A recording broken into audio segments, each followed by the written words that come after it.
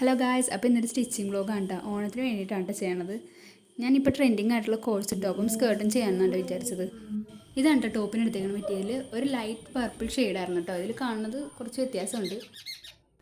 Course top ഞാൻ first ടൈമാണ് ചെയ്യണത്. അതുകൊണ്ട് തന്നെ പേപ്പർ പാറ്റേൺ കട്ട് ചെയ്തിട്ടായിരുന്നു ഞാൻ ലൈനിങ് കട്ട് ചെയ്തിട്ടുണ്ടായിരുന്നത്. കട്ട് ചെയ്ത് കഴിഞ്ഞപ്പോൾ നമുക്ക് ഇങ്ങനെയാണ് കിട്ടിയിരിക്കുന്നത്. ഇനി ഈ പീസെല്ലാം കൂടി ജോയിൻ ചെയ്തെടുക്കണം. പിന്നെ സ്കേർട്ടിന് വേണ്ടിയിട്ട് ഞാൻ സാറ്റിൻ ക്ലോത്ത് ആണ് എടുത്തിട്ടുണ്ടായത്. കസവിൻ്റെ എടുക്കാൻ പോയില്ല, കാരണം കസവിൻ്റെയൊക്കെ എടുത്തിട്ടുണ്ടെങ്കിൽ എപ്പോഴും ട്രഡീഷണൽ ആയിട്ടുള്ള ഒക്കേഷൻസിനും അത് ഇടാൻ പറ്റുള്ളൂ. സാറ്റിനാണെങ്കിൽ കുറച്ച് എലഗൻ ലുക്ക് കൂടി കിട്ടും. ടോപ്പിലൊരു സിൽവർ ഗോൾഡ് ഡിസൈൻ ആയിട്ടുണ്ടായിരുന്നു. അതുകൊണ്ടാണ് ഞാൻ സ്കേർട്ടിന് ഐവറി ഷെയ്ഡ് എടുത്തത്. അത് നല്ല മാച്ചായിട്ട് പോകുന്നുണ്ടായിരുന്നു.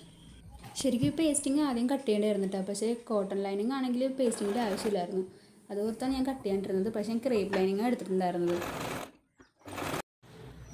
അങ്ങനെ സ്കേർട്ട് സ്റ്റിച്ച് ചെയ്ത് കഴിഞ്ഞിട്ട് അതിന് നമ്മൾ ടോപ്പിലോട്ട് കിടക്കണേണ്.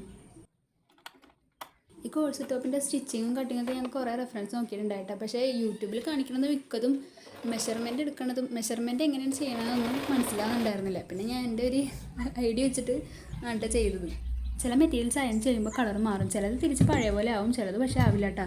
എൻ്റെ കയ്യിൽ കളർ ശരിക്കും മാറുന്നുണ്ടായിരുന്നു. അതുകൊണ്ടാണ് ഞാൻ തിരിച്ച് മറിച്ച് നോക്കിയിട്ടൊക്കെയാണ് ചെയ്തത്. ആദ്യം റഫായിട്ട് ചെയ്ത് നോക്കിയിട്ട് വേണം കേട്ടോ നിങ്ങൾ അയൺ ചെയ്യാൻ. ഇതിൽ അയൺ ചെയ്യുമ്പോൾ ഈ യെല്ലോ ഷെയ്ഡ് കയറുന്നുണ്ടായിട്ടോ. പക്ഷേ അത് കുറച്ച് കഴിയുമ്പോൾ തന്നെ പഴയതുപോലെ തന്നെ ആയി. ഇത് ഞാൻ രണ്ട് സൈഡിലും സ്റ്റിച്ച് ചെയ്ത് കൊടുക്കണം കേട്ടോ. ശരിക്കും ഇതിനകത്ത് ബോണിങ് ഇടണം, പക്ഷേ ബോണിങ് എൻ്റെ അടുത്ത് ഇല്ലാത്തതുകൊണ്ടാണ് ഞാൻ ഇടാത്തത്. എൻ്റെ മൈൻഡിൽ ഉണ്ടായതുപോലെ തന്നെ കിട്ടിയിട്ടുണ്ട് കേട്ടോ. ഇനി നമുക്ക് നെക്കിന് വേണ്ടിയിട്ടുള്ള പേസ്റ്റിങ് കട്ട് ചെയ്യണം. വെറുതെ നല്ല പെരുമഴയാണ് കേട്ടോ. അന്ന് വേറെ കുറച്ച് പരിപാടികൾ ഉണ്ടായതുകൊണ്ട് ഞാൻ ബാക്കി പിറ്റേ ദിവസമാണ് കേട്ടോ ചെയ്യുന്നത്. പിന്നെ ഞാൻ ക്രോച്ചറ്റ് വർക്ക് കൂടി ചെയ്യുന്നുണ്ട്. അതിൻ്റെ വീഡിയോ ഞാൻ അടുത്ത് തന്നെ ഇടാം. എല്ലാവരും സബ്സ്ക്രൈബ് ചെയ്ത് വെച്ചേക്കട്ടോ.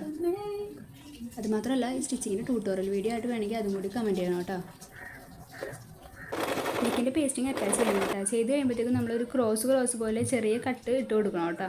എന്ന് വെച്ചാൽ അത് ഫോൾഡ് ചെയ്യുമ്പോഴത്തേക്കും ഉള്ളോട്ട് ഫോൾഡ് ചെയ്യുമ്പോഴത്തേക്കും നല്ല ഫിനിഷിങ്ങിൽ കിട്ടാൻ വേണ്ടിയിട്ടാണ് ഇങ്ങനെ ചെയ്യണം. ഫ്രണ്ട് നെക്കിലും ബാക്ക് നെക്കിലും ഈ സെയിം പോലെ തന്നെ ചെയ്യുന്നുണ്ട് കേട്ടോ.